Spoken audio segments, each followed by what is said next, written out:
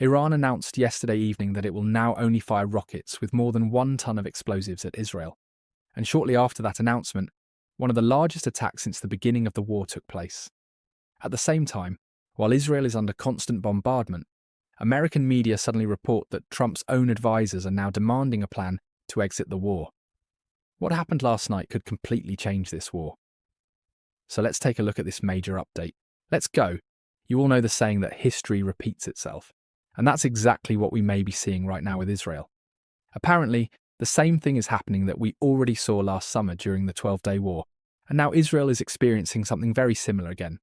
Last year, after about 1 week of fighting, Israel began running out of air defense missiles and had to absorb several critical hits before Donald Trump attacked Iranian nuclear facilities and managed to negotiate a ceasefire shortly afterward.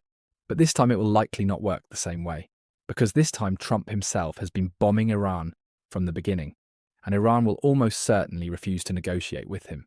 And that is exactly what happened yesterday. Iran appears to have drained Israel's air defense systems with large numbers of cheaper missiles and is now announcing a new strategy.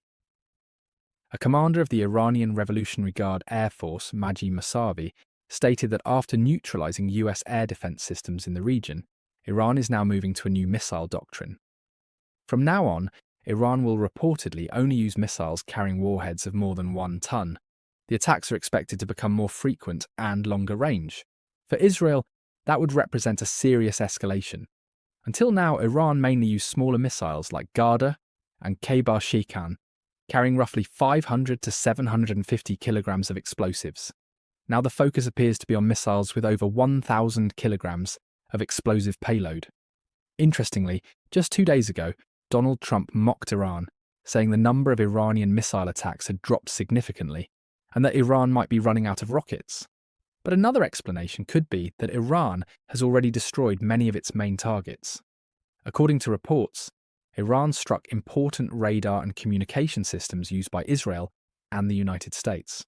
For example, one of Israel's major satellite communication and cyber defense facilities was reportedly heavily damaged. These radar systems were extremely important because they helped detect Iranian missiles early and trigger air raid alarms for civilians. Without those systems, warning times become extremely short. And that may explain why Iran is now deploying its heavier missiles. But Iran isn't the only actor. Hezbollah in Lebanon reportedly launched one of its largest attacks during the night as well. Reports from journalists on the ground say that central Israel is under continuous rocket fire. This region contains about 44% of Israel's population, including Ben Gurion Airport and several military bases. Witnesses describe multiple explosions and impacts.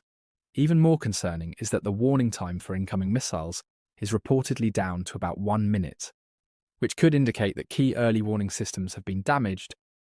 The mayor of Haifa has even said the state of emergency will remain in place. Schools, businesses, and public life are largely shut down because the situation is considered too dangerous. Another striking development is that Israel has reportedly imposed strict media restrictions. Some journalists say that reporting on certain strikes or showing footage of sensitive locations could lead to serious consequences. This suggests the situation may be extremely tense. In many ways, it resembles what happened during last year's 12-day war, when Israel suffered heavy damage before outside intervention helped stop the fighting. Trump seems to be attempting something similar again. According to reports, he recently asked Iran for a ceasefire for the second time. There were even expectations that Trump would announce a ceasefire proposal after speaking with Russian President Vladimir Putin, possibly hoping Putin could help mediate with Iran. But when Trump later released his official statement, there was no mention of a ceasefire. Reports suggest Iran may have rejected the proposal. Instead, Iran presented its own offer. Iran reportedly said that any Arab or European country that expels Israeli and US diplomats would be allowed to freely pass through the Strait of Hormuz starting the next day. In other words, countries that distance themselves from the United States and Israel could regain access to the strategic shipping route. At the same time, US Senator Lindsey Graham called on Saudi Arabia and other Gulf states to actively join the fight against Iran, warning there could be consequences if they do not. So on one side, Iran offers incentives to regional countries. On the other side, American politicians demand stronger military involvement. This puts Gulf states in a difficult position. Meanwhile, another development occurred. Azerbaijan reopened its border with Iran for cargo transport, restoring trade flows between the two countries. This is notable because Azerbaijan had previously accused Iran of attacks involving drones, but now trade appears to be resuming. All of this is happening while pressure grows inside the United States. According to the Wall Street Journal, some of Trump's advisors are now urging him to find a way out of the war. They fear rising oil prices and the possibility that a prolonged conflict could cause major political backlash. From a strategic perspective, withdrawing from the conflict might be the only option to prevent the situation from escalating further.